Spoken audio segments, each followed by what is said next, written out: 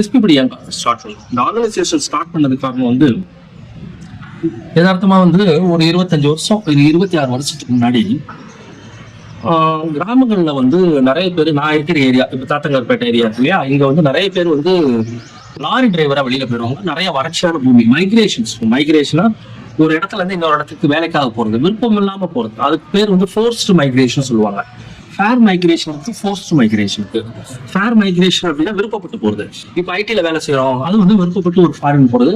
அது ஒரு டாக்டர் போறாங்க, படிச்சுட்டு ஒரு வேலைக்கு போறாங்க, அது விருப்பத்தில் போறது. விருப்பம் இல்லாம ஊர்ல வேலை இல்லை, என்ன பண்றதுன்னு தெரியல அப்படின்னு ஊரை விட்டு காலி பண்ணி போறது வந்து ஃபோர்ஸ்டு மைக்ரேஷன். அந்த டயத்துல வந்து என்னன்னா, அப்போ வந்து வேலைக்கு போயிடுவாங்க.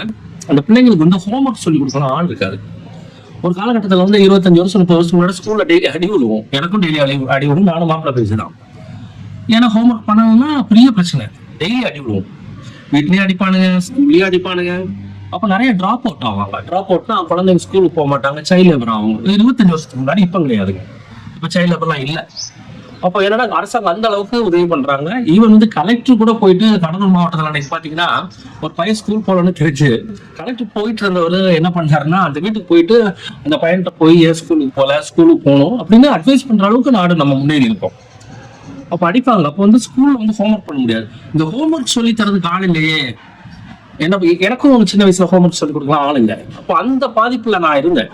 அப்போ இன்னும் அந்த டயத்துல வந்து சரி நம்ம அந்த ஹோம்ஒர்க் குழந்தைங்க சொல்லி கொடுக்கலாம் அப்படின்ட்டு 1994 நான் என்னோட ஃப்ரெண்ட்ஸ் எல்லாம் சேர்ந்து வந்து ஹோம்ஒர்க் சொல்லி கொடுக்கறதுனால டியூஷன் சென்டர் ஆரம்பிச்சோம்.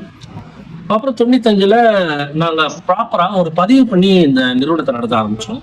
அப்படி இதுவரை வந்து ஒரு 50,000 பேருக்கு நாங்க உதவி பண்ணியிருக்கோம். குறைஞ்சது 50,000 பேருக்கு உதவி பண்ணியிருக்கோம். குழந்தைங்க, பெண்கள், ஹெச்ஐவினால பாதிக்கப்பட்டவங்க அப்படிங்கறது நிறைய பேருக்கு உதவி பண்ணியிருக்கோம். இப்ப நீங்க பார்த்துட்டு இருக்கிறது எல்லாமே கேர்ள்ஸ் தான், பொம்பளை பிள்ளைங்க தான்.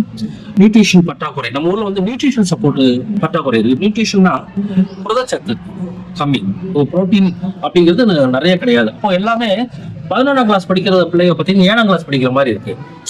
அதுக்கான சப்போர்ட்டை தான், அந்த கேப்பை தான் நாங்கள் ஃபில் பண்ணி ஒரு 1300 குழந்தைங்களுக்கு நாங்கள் சப்போர்ட் பண்ணிட்டு இருக்கோம். உதவி பண்ற எல்லாத்துக்கும் மிக்க நன்றி.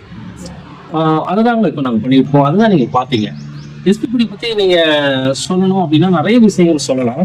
நீங்க நிறைய பேர் 47,000 சப்ஸ்கிரைபர் நீங்க இருக்கிறீங்க. கண்டிப்பா எங்களுக்கு நீங்க நிறைய உதவி பண்றீங்க.